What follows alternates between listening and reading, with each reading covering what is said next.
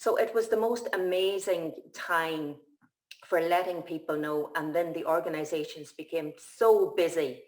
They were just, really, and in that 4 years, almost everybody in the whole country, I would say everybody, knew it was okay not to feel okay, and it was absolutely okay to ask for help.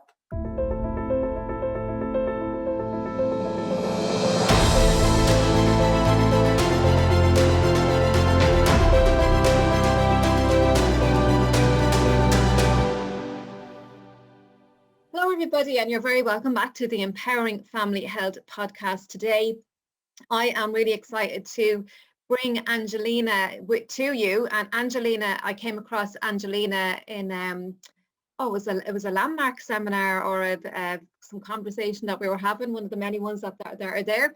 And I was just intrigued by Angeline's generosity in the world and the work that she's doing and what she is up to. And I just had to have her on my podcast. So Angeline, I'm so delighted you agreed to come on to share your very special message. So you're very welcome to the podcast.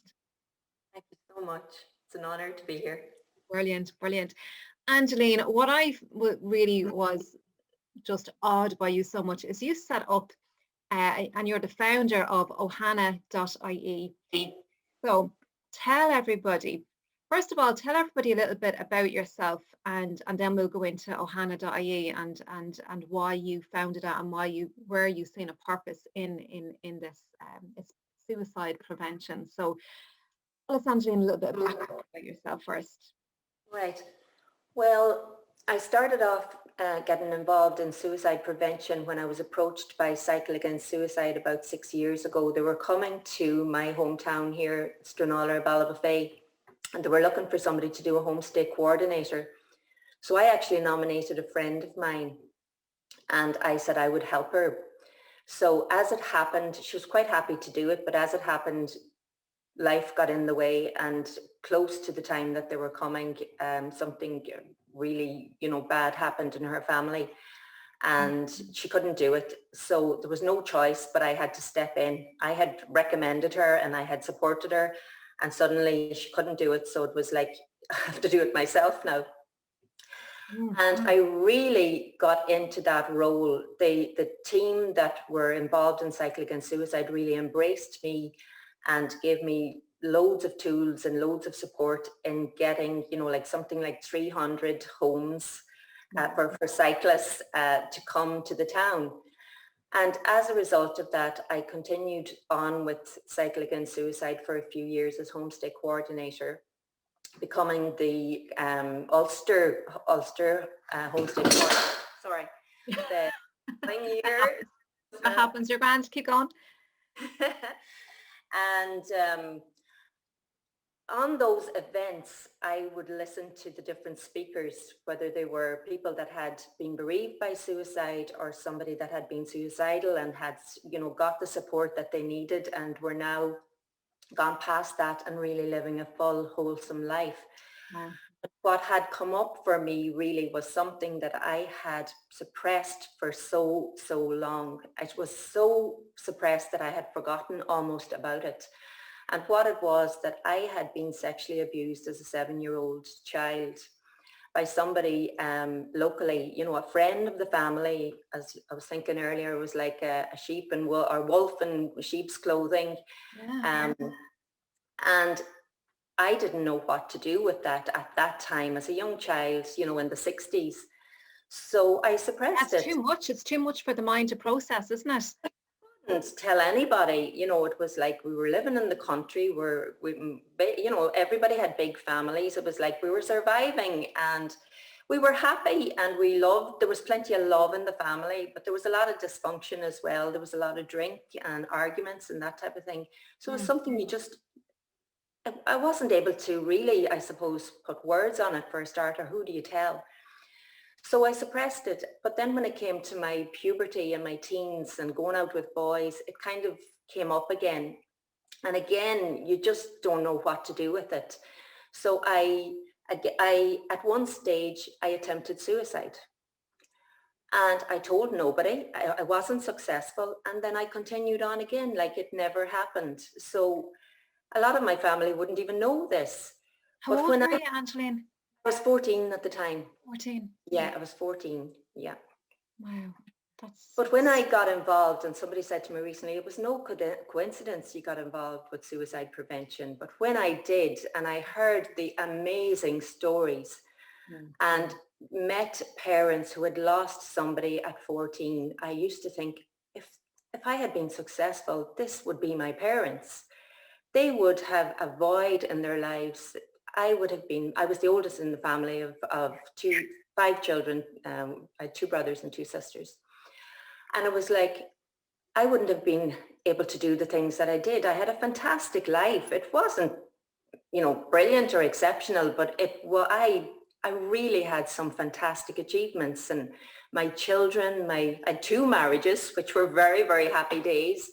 And it was like, for somebody of 14 to make that decision, they don't even know what they're deciding. And it's, it is a decision. It's not a choice, because they don't know what what choices they're making. And it's like something hits me so hard when I hear of a suicide. Like, there's always hope. But for somebody that takes their own life, they don't have hope. Hope is gone. And it's like they don't see any hope. And I really just took on that we have to do something. So I loved working with Cycle Against Suicide. I loved the whole energy around it. And it was signposting. It was letting people know that these supports were available. Because a lot of people didn't know what was in their own town. Because when you need it, you're not in a position, you're not able to go and ask for help. And when you don't need it, it was like, I don't want to go there. So this was really bringing it into people's homes, because when the cyclists stayed in people's homes, they talked about it.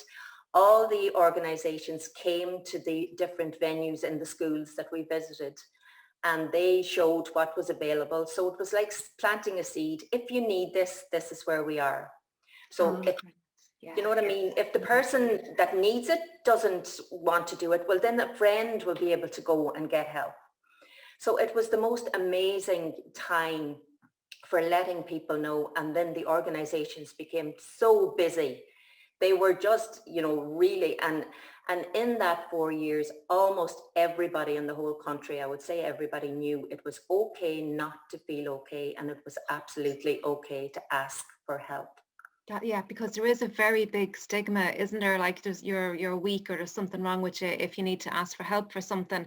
And that's a massive, and especially with teenagers, because where teenagers are is they're still developing, and they're going through all this, the body is still developing, but the brain is really only you're learning responsibility really only as a teenager. So it's very confusing. And what I really heard, Angeline, what I really picked up on, you said something, was the parents of suicidal children, or who have lost their child due to suicide. You got to see, Angeline, from a different place, from a parent's point of view, and what could have happened if you succeeded. And I can really hear how powerful that was for you, because that is definitely not a thought that's in a teenager's mind, or anybody who is at that point in their life where they want to just end it. That's what I could really hear. So Angeline, tell us a bit more. You went on to be the founder of Ohana.ie. Tell us where that came about. What happened there? Where that came about really was somebody that I'm always putting up positive quotes, or something that's available, whether it's just a new organization, or just an inspirational quote or something like that. And I had put up one on Facebook one day about anxiety, and somebody that I know really, really well just commented underneath, and I thought, oh, that's a wee bit strange. And I just rang them, and it was because I had this training done that the alarm bells kind of rang, and I spoke to them, and they said, I'm suicidal. I wanted to attempt suicide. I was interrupted, but I don't want to be here anymore. And this was somebody I knew so well and would have been really good friends with a lot of people. And it was like, oh my goodness, if that had happened, we'd all be saying, how did we not see it? How did we miss it? And why did we not know? And I was so grateful, and we got that person help straight away. And I got a text from him yesterday, and he said, Angeline, you and your Jerry came with me because it's good to have somebody with you in a case like this. He said, Angeline, you and Jerry saved my life. I was suicidal. I'm in such a good place now. You have made my difference. And what had happened was COVID had set in and everything had stopped. Oh, yeah. The training, all the assist programs, all the counselling services, all of that had stopped. There was none of it. It was not available. So I work in the HSE, and I got onto the HSE, and they were very supportive. They said, we are looking at pilot schemes to put on online, and we supported them with that. We got people to do the schemes, and it just takes time. And I was so urgent about this. I said, we can't wait. We don't have time. It's happening now. It's like we have to get this. So I started researching myself, and I found a training that was available in the UK with complete evidence-based.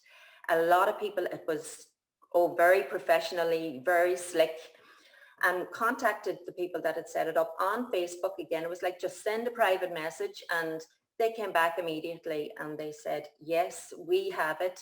You're welcome to it. All we care about is that it saves somebody's life, because they had, there were experts by experience as well as having the professionals on board. They had lost people to suicide. So we really got in action. There was 16 people that I had, built up on a team, and we all got together and we said, how are we going to do that? So between, emails, meetings, money, and we couldn't ask people for money. I asked two people, and they did support us, but the rest of us, we just got our money together. We just, one person said, well, I will give so much. And we were so lucky because Zero Suicide Alliance, they gave us the bulk of the money. That's how generous they were with it. And tell us, you raised money did you sell something? I think we were talking about it previously. You sold something. And Jerry had a pool table here. It was absolutely gorgeous. It was, really expensive when we bought it.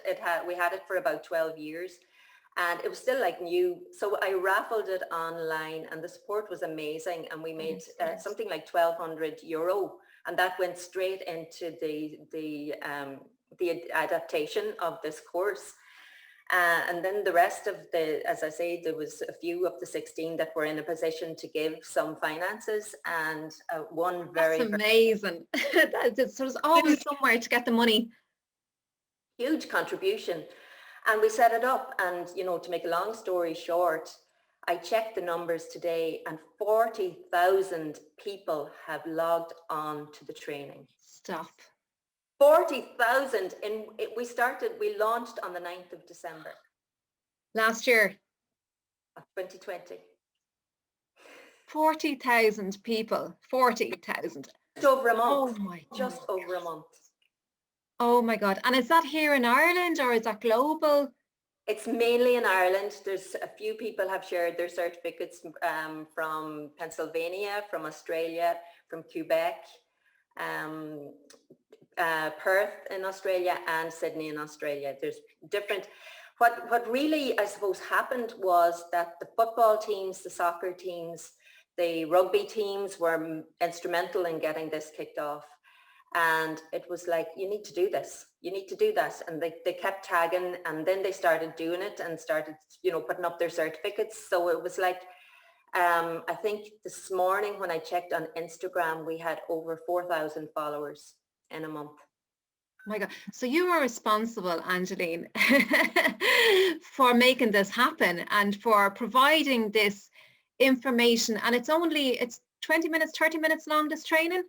Yeah, it depends. It depends on how tech savvy you are. It took me 35 minutes to actually do it. So I would say between 20 and 40. You know what the young ones are like. They're quicker.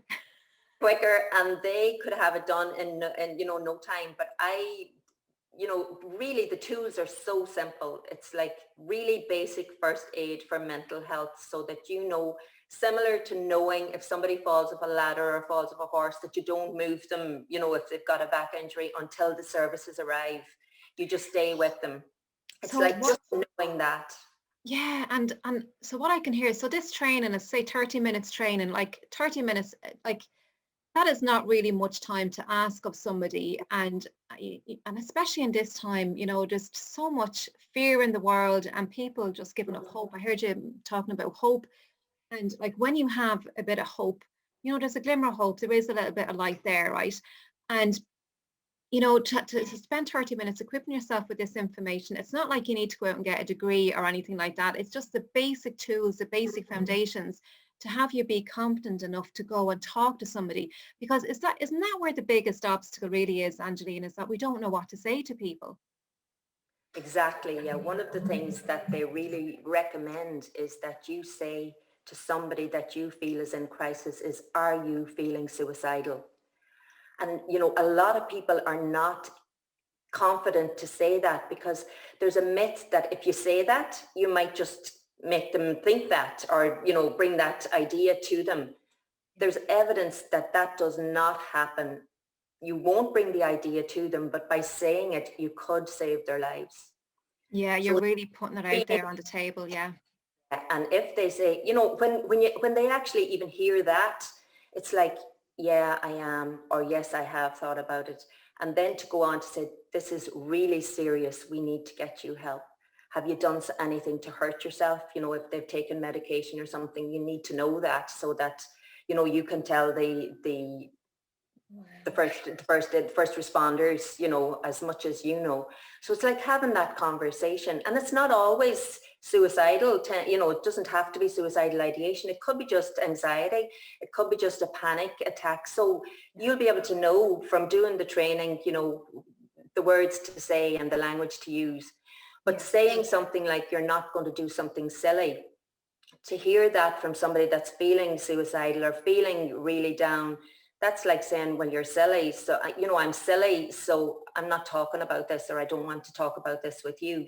Whereas if you are with them and be compassionate and empathetic and say, I know we can help you here. Let's talk about what we can do, and make sure that if they are suicidal, that you don't leave them on their own, that you wait with them until the help comes.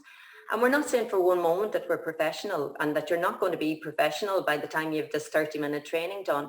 But if you know that much, that could be enough to save their lives. You know something, Angeline? I mean, if somebody, is having suicidal thoughts or whatever, the closest people, like living in a house or whatever, it's a family member, so it could be your brother, your sister, it could be your father, or mother, or your granny or whatever.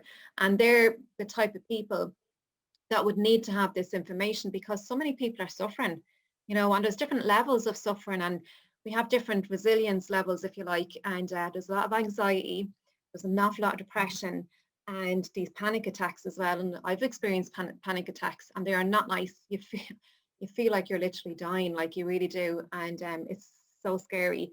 So to be able to be, what I hear, Angeline, is not making them wrong, because when we say you're not doing something silly now, are you? You're making them wrong straight away. And of course, what do? We get defensive. So that doesn't help. So really you need to be over there with the person and have an understanding of where they are at right now and say, it's okay, we need to get you help, blah, blah, whatever else the training is. I haven't done the training yet, but I am going to go on and register and do that training. Because, Angeline, I think the work that you are doing is just absolutely incredible. And to have 40,000 people have registered. What I find as well, you can do it on your phone. So I've done it 10 times at this point. Yeah. And it's like every time I do it, I see something new in it. It's like one of the things that I saw the last time was that when, somebody might say, but what about your family and what about your mother and father? They're not thinking like that. So you don't go into making them feel guilty. It's Yes. like you just concentrate on them. This is where I'm at and this is how I'm feeling. And, don't bring in anybody else. Just stay with that. Be empathetic, get into their shoes, be with them, really feel how their world is right now. And the other thing, sometimes you'll see, people might say, oh, I felt like that before. No, you'll be grand, And that's only because they don't know. They don't have the training what to say. And they're trying to be, positive, or they're trying, oh, sure, I had that. I felt like that there, You'll be grand. Be grand, come on down to the pub. And well, you can't do that at the moment, but, in times when you could. Yeah, it's like, because when we say things like that, it's denying the person of their feelings, and your feelings are giving you a message. Like, if you're feeling something, it's not wrong. No matter what the feeling is, it's not wrong. You're feeling it for a reason, and it's for you personally, right? And denying it, say, you'd be grand, like, come on, let's go for a walk, you'd be grand, is denying them of their feelings, and that's going to get suppressed, and it will come back up again.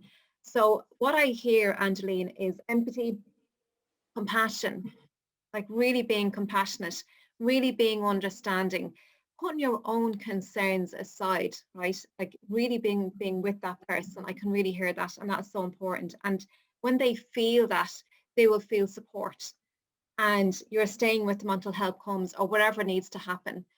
So I can really hear that. And they're just some simple things, and to have that training and to be equipped with those tools, giving you confidence to say what needs to be said the right way, giving that person, giving them understanding, compassion, all that is so, so powerful. And I believe whether it's even suicidal or not, it could be just anxiety, well, not just, but like anxiety and depression is rampant at the moment. And to be equipped with those tools for those situations, because you can be on a downward spiral if you're depressed, and so really getting people help even at an early stage. So I love the work that you're doing, Angeline, and I think not enough emphasis is put on this at the moment, because the numbers are rising with teenagers, especially. The numbers are rising, and during the winter season the numbers are quite high as well. Every year they're quite high. The dark evenings, and it's very doom and gloom, the weather is crap and all this, and that adds to it as well. But on top of that, COVID, what we're going through now at the moment, and I think there's a lack of focus on this whole area. There's a lot of mental health issues, and I think what you're doing, Angeline, is just absolutely incredible. You're a powerhouse to be able to put something like this together and to sell your pool table or your snooker table to make it happen. Like you just got loads of people together and everybody contributed something. So what's next, Angeline, for you? What's next on the cards for you? Well, I think with what we have experienced in 2020, we've really seen that the most powerful, the people that were in the great jobs, had confidence, were, this is my life, and, I'm going to travel the world, I'm going to, spend the good money that I'm earning, have really realized how vulnerable and how fragile and how precious that life is, and that the moments that we have, we really, we didn't appreciate, we didn't appreciate that we could go fly from, for me personally, to Perth to see my daughter. That has been taken away from me right now. And it's like, I don't know when I'm getting it back. So, the strongest people ever are now quite vulnerable. So, and on top of that, then to lose somebody maybe to COVID, to lose your job, to lose your finances, we're all very vulnerable. So it's like really being proactive in each community. In my little community here, if we can look out for each other, and then in the next community, if they can do the same, so that, we can't blame the government for everything. They're dealing with something they've never dealt with before. Yeah. They're trying their best to make decisions, and they're never going to be right, because somebody's going to say, well, you should have done this and you should have done. But really, communities are fantastic. When something happens, it's like we all rally around. It's just amazing how we rally around. But if we can be proactive to somebody before they take that last step and that last, lose their hope, and really be there for each other, so that doesn't happen. And that's, we're saving people before they come to that level. That's where I'm really standing, that every community in Ireland and beyond will do that. So what's next for Ohana, what we're really looking at, and it won't be in the near future, it'll probably could take a year or so, is really the scenarios that are on the videos at the moment are for over 18s, and it's recommended for over 18s. But we know and we realize that, 14, 11 even to 18-year-olds are struggling with their mental health too in a lot of situations. So we're really looking at, preparing something like that, in scenarios with that age group, because, when they need to relate to, and the dialogue doesn't have to be that different. It's the dialogue's probably very, very similar, but just having the younger people in their scenarios, in their life, getting into their world. That's something that we're really, really hopeful that will come on stream at some point. Again, it could be expensive, but you know what? The money will come from somewhere. Oh, I love your attitude. And there was so much in what you said, Angeline, so much. I could hear you saying, you were talking about the losses, all the losses, whether we're losing our job, people dying, even normal deaths, whatever, diseases, loads of losses at the moment. And with losses comes grief. And we have to go through a whole grieving process, and that could be, the loss of being able to have freedom to travel like yourself. So that's definitely something that we're dealing with, I suppose, at the moment. And I could also hear gratitude in there, Angeline, as well. And when we come from a place of gratitude of what we do have, it really raises our energy and our vibration. And I think that's something for myself anyway, personally, like I turn to gratitude whenever I'm feeling a bit low, and it raises me up because we've so much to be grateful for. And there is a lot of transition, there's a lot of changes happening as a result of what's going on. But there is a lot to be grateful for as well. And if we can bring ourselves into that place of gratitude, it can really raise us up. And also you mentioned the community as well. I really believe that communities are coming together again to help and support each other. And I think that is something that has definitely been missing over the years. I always remember years ago growing up and able to go into my neighbour for a cup of sugar and we don't do that anymore, So I can really hear that, and the next steps now with Ohana as well, and the developing it even more further. But Angeline, we're coming to the end. I could talk to you all day because the work that you're doing is just incredible, and your inspiration and your drive, and your name is Driver as well, Angeline Collins Driver. Yeah, there you go. It's in the name. So yeah, brilliant. Tell us the website and also where people can find you if they want to talk to you further on this. Yeah, the website is Ohana.ie. It's really, really simple to get into the training. You just, you don't even have to worry about the www or anything, just Ohana.ie. And it's free. And it's absolutely free. And as you say, it takes between 20 and 40 minutes max. And you get all the training there that you need, for first aid. It's like, first aid for mental health. And if you want to do it again, you can do it at any stage. If you want to take a break, if you're using the same appliance, you'll go back into it and it'll give you a choice to either restart or continue. So you can take 10 minutes if you want, but it's so fast and it's so interesting that you actually have it finished, and then you get a certificate at the end as well, which is great. Oh, yeah, Angeline, that's your certificate online. User friendly. You can stop and start whenever you want. You can listen to it over and over and over again. Brilliant. And I don't think that's a bad thing because it really enhances and makes the information stick, to listen to it over and over again. So brilliant. And even if it's like 3 months down the road or whatever, I think this is vital information. I think it's a necessity as part of our living skills, if you like, for this day and age. Angeline, I want to really thank you for being with me today and sharing this absolutely vital information and the incredible work that you're doing. I just want to really acknowledge you for that because, there's, I don't know how many people would not be where they are as a result of providing this for people and families. And it has an impact, if you even just save one person, as you said, that has a ripple effect on families, friends, other people who've heard the news. So much ripple effect and impact on other people, communities in the world. So Angeline, thank you so much for being with me today, and listen, have an absolutely incredible, fantastic day.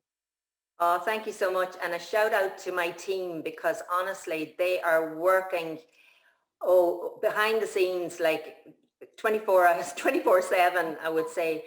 and just getting such a buzz from the feedback that they're getting from people. It's just incredible. Thank you, Joanne, so much. Thank you. You're welcome. Listen, bye-bye and take care. Thanks a million, Angeline. Thank you.